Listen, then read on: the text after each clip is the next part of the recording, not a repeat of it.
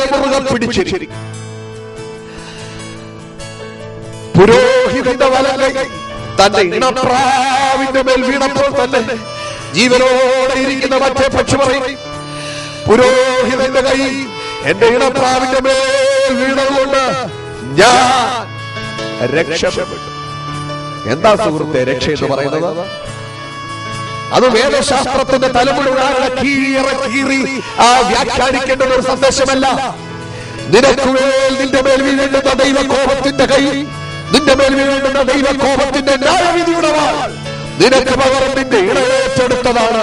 അന്നേരം നിനക്ക് ലഭിക്കുന്ന ജീവന്റെ പേരാണ് രക്ഷ.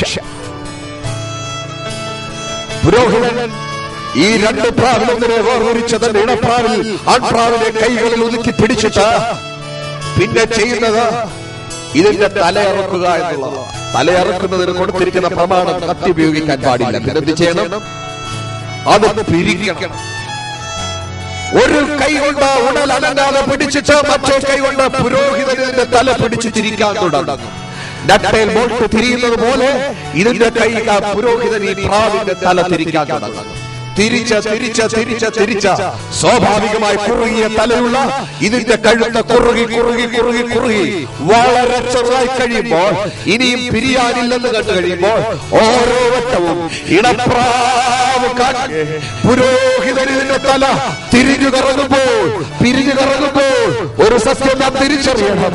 ഇണപ്രാവ് പറയുന്നൊരു മറുപടിയുണ്ട്, നിനക്ക് വേണ്ടി ഞാനിത് പിടിക്കപ്പെട്ടു. ഈ ഓരോ പിരിച്ചിലും ഓരോ കറക്കവും അത് നിന്റേതായിരുന്നു. എന്നാൽ എന്നെ പിടിച്ചത് കൊണ്ട് ഞാനത് വഹിക്കുകയാണ്. പിരിഞ്ഞ് തീരെ ചെറുതായതല്ല. പുരോഹിതൻ ഒരിക്കൽ കൂടെ ബലിഷ്ഠമായ ഉടലിൽ മുറുകെ പിടിച്ച ശേഷം തന്റെ വലത് കൈകൊണ്ട് ഉടലും തലയും തമ്മിൽ വലിച്ചകച്ചും പിരിച്ചു മാറ്റി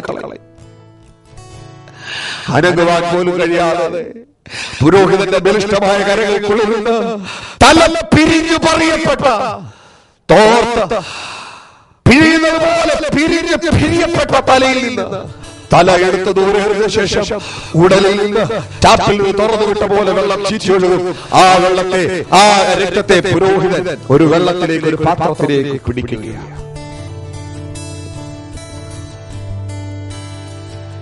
ആദ്യം വളരെ വേഗത്തിലും പിന്നെ വേഗത കുറഞ്ഞു, പിന്നീട് മുഴുവൻ ചോരയും ഉയർന്നു കഴിയുമ്പോൾ പുരോഹിതൻ അതിന്റെ ഉടലെടുത്ത് ചട്ടയിലേക്ക് വലിച്ചെറിയുകയാണ്.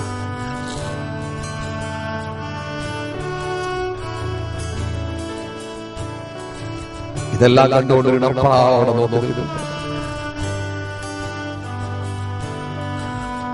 ഈ സംഭവം എവിടെയാണ് നടന്നതെന്നറിയാമോ?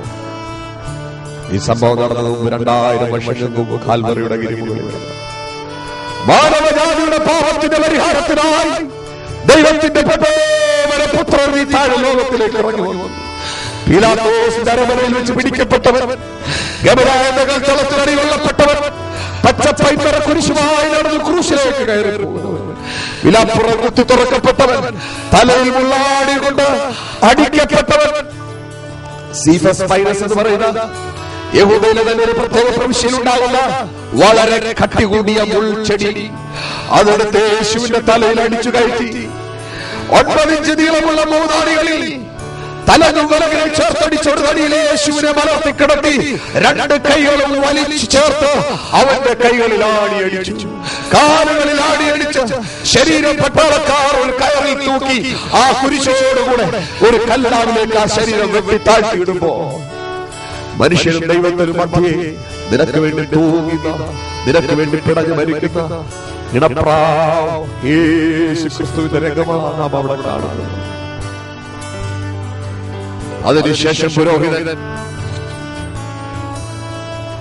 ഈ സോപ്പ ചുവപ്പ് നൂൽ ദേവദാരു എന്നിവ എടുത്തിട്ട് ജീവനുള്ള പക്ഷിയും കൂടെ ചേർത്ത് പിടിച്ചിട്ട് ഉറവ വെള്ളത്തിന്റെ നിറം മാറിയപ്പോൾ അതിന് രക്തനിറമായി.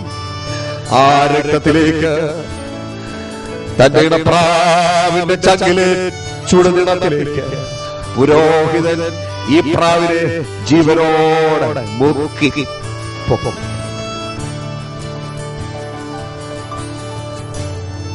ഇണപ്രാവിന്റെ രക്തത്തിൽ, ഇണപ്രാവിന്റെ ചൂടുചോരയിൽ ഈ പ്രാവ് മുങ്ങിപ്പോകുകയാണ്. ഇതെന്തിനെയാ കാണിക്കുന്നത് സുഹൃത്തെ? ഇതെന്തിനെയാ കാണിക്കുന്നത്? ഇടപ്രാവിന്റെ രക്തത്തിൽ നീ മുങ്ങിപ്പോകുന്നു. അതെന്തിനെയാ കാണിക്കുന്നത്? ഒരു പ്രാവിന് പോലും ആ രക്തത്തിൽ മുങ്ങുന്നതിനൊരു നിധാനം ദൈവം വെച്ചിരുന്നു, ഒരു കാര്യം ദൈവം വെച്ചിരുന്നു. അത് ഞാൻ നീ കേൾക്കുവാനുള്ള സ്നാനം എന്ന വലിയ സത്യത്തെ അത് കാണിക്കുന്നത്. നിനക്ക് ഇഷ്ടപ്പെട്ടതുകൊണ്ടോ ഇഷ്ടപ്പെടാത്തതുകൊണ്ടോ സ്നാനമെന്ന ദൈവത്തിന്റെ അലങ്കര കൽപ്പനയെ ലംഘിക്കുവാൻ പാടുള്ളതല്ല. ഇടപ്രാവിന്റെ രക്തത്തിൽ ഈ പ്രാവ് മുങ്ങിക്കഴിയുമ്പോ 7 വട്ടം വീടിനെ തളിക്കണം, വീട് ശുദ്ധിയായി കഴിയും. പക്ഷെ നിങ്ങൾ ആ പ്രാവിനെ ഒന്ന് നോക്കിക്കേ. പുരോഹിതൻ പിടിച്ച സമയത്തെ പ്രാവിന്റെ നിറമല്ലിപ്പോ. രക്തത്തിൽ മുങ്ങിയ പ്രാവിന്റെ ഫെദറിൽ, തൂവലിൽ രക്തനിറമായി. പുരോഹിതൻ പിടിച്ചപ്പോഴുള്ള ഗ്ലിറ്ററിംഗ് ഗ്ലേസി ഫെദറല്ലിപ്പോഴുള്ള പിന്നെയോ ബ്ലഡ് സ്റ്റെയിൻഡ്, ചുവന്ന കറുത്തതുപോലെയുള്ള രക്തത്തിന്റെ നിറമാ തൂവലുകളിലായി പോയി. പിന്നെ ഈ പ്രാവിനെ പുരോഹിതൻ നേരെ നടന്ന് പാളയത്തിനു വെളിയിൽ കൊണ്ടുവന്ന് പറത്തിവിടണം. ആ പ്രാവിന്റെ പുരോഹിതന്റെ കയ്യിൽ നിന്ന് പൊങ്ങിക്കഴിഞ്ഞാൽ പിന്നെ 2 ചാൻസ് ഉണ്ട്. ഒന്നുകിൽ അവന് പാളയത്തിന് പുറത്തേക്ക് പറക്കാം, ഇല്ലെങ്കിൽ അവന് പാളയത്തിനകത്തേക്ക് പറക്കാം. പക്ഷേ രക്തത്തിൽ മുങ്ങപ്പെട്ട പ്രാവ് സ്വാഭാവികമായി പാളയത്തിനകത്തേക്ക് വരികയില്ല. സുഹൃത്തെ, നിൽക്കുന്നിടത്ത് നിൽക്കുന്നതല്ല ശരി, നിൽക്കേണ്ടിടത്തേക്ക് കയറി നിൽക്കുക. പ്രാവേ, നിനക്ക് മടങ്ങിപ്പോകുവാൻ അവസരമുണ്ടല്ലോ, നീ എന്തുകൊണ്ട് മടങ്ങിപ്പോകുന്നില്ല? പ്രാവിന്റെ മറുപടി, ഞാൻ അവിടെ നിങ്ങോട്ട് വന്നതുപോലെയല്ല ഇപ്പോൾ. എന്റെ ഇടപ്രാവിന്റെ മരണം ഞാൻ കണ്ടതാണ്. കൽവരി ക്രൂശിലെ യേശുവിന്റെ മരണം എന്റെ ഇടപ്രാവിന്റെ രക്തത്തിൽ ഞാൻ മുങ്ങിയതാണ്. അത് വിശുദ്ധ സ്നാനത്തിന് നിഴൽ. ഇനിയും ഈ പ്രാവ് കടുംദുഃഖിന്റെ മറവിലേക്ക് പറന്നു പോകുന്നതിന്റെ കാരണം 2ആണ്. ഒന്ന്, ഈ പ്രാവിന്റെ മേൽ കിടക്കുന്ന രക്തത്തിന്റെ ഗന്ധം പരന്തുകൾക്ക് വലിയ ഇഷ്ടമാണ്. അതുകൊണ്ട് പരന്തുകൾ റാഞ്ചും. 2, പ്രാവെന്ന് പേരുണ്ടെങ്കിലും നിറത്തിൽ പ്രാവല്ലാത്തതുകൊണ്ട് കൂടെയുള്ള പ്രാക്കളിലെ കൂടെ കൂട്ടത്തുമില്ല, ഇവ കൂടെ ചേർത്തുമില്ല. വിശുദ്ധിയുടെ മാനദണ്ഡം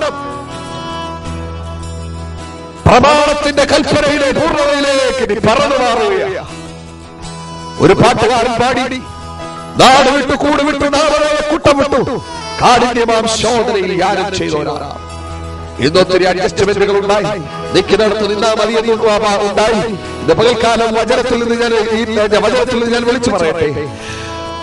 രക്തത്താൽ പറയപ്പെട്ട പ്രാവേ, രക്തത്താൽ മുങ്ങിയ പ്രാവേ, നീ കടുംദുഃഖിന്റെ മറവിലേക്ക് പറന്നുപോയേ മതിയാകും.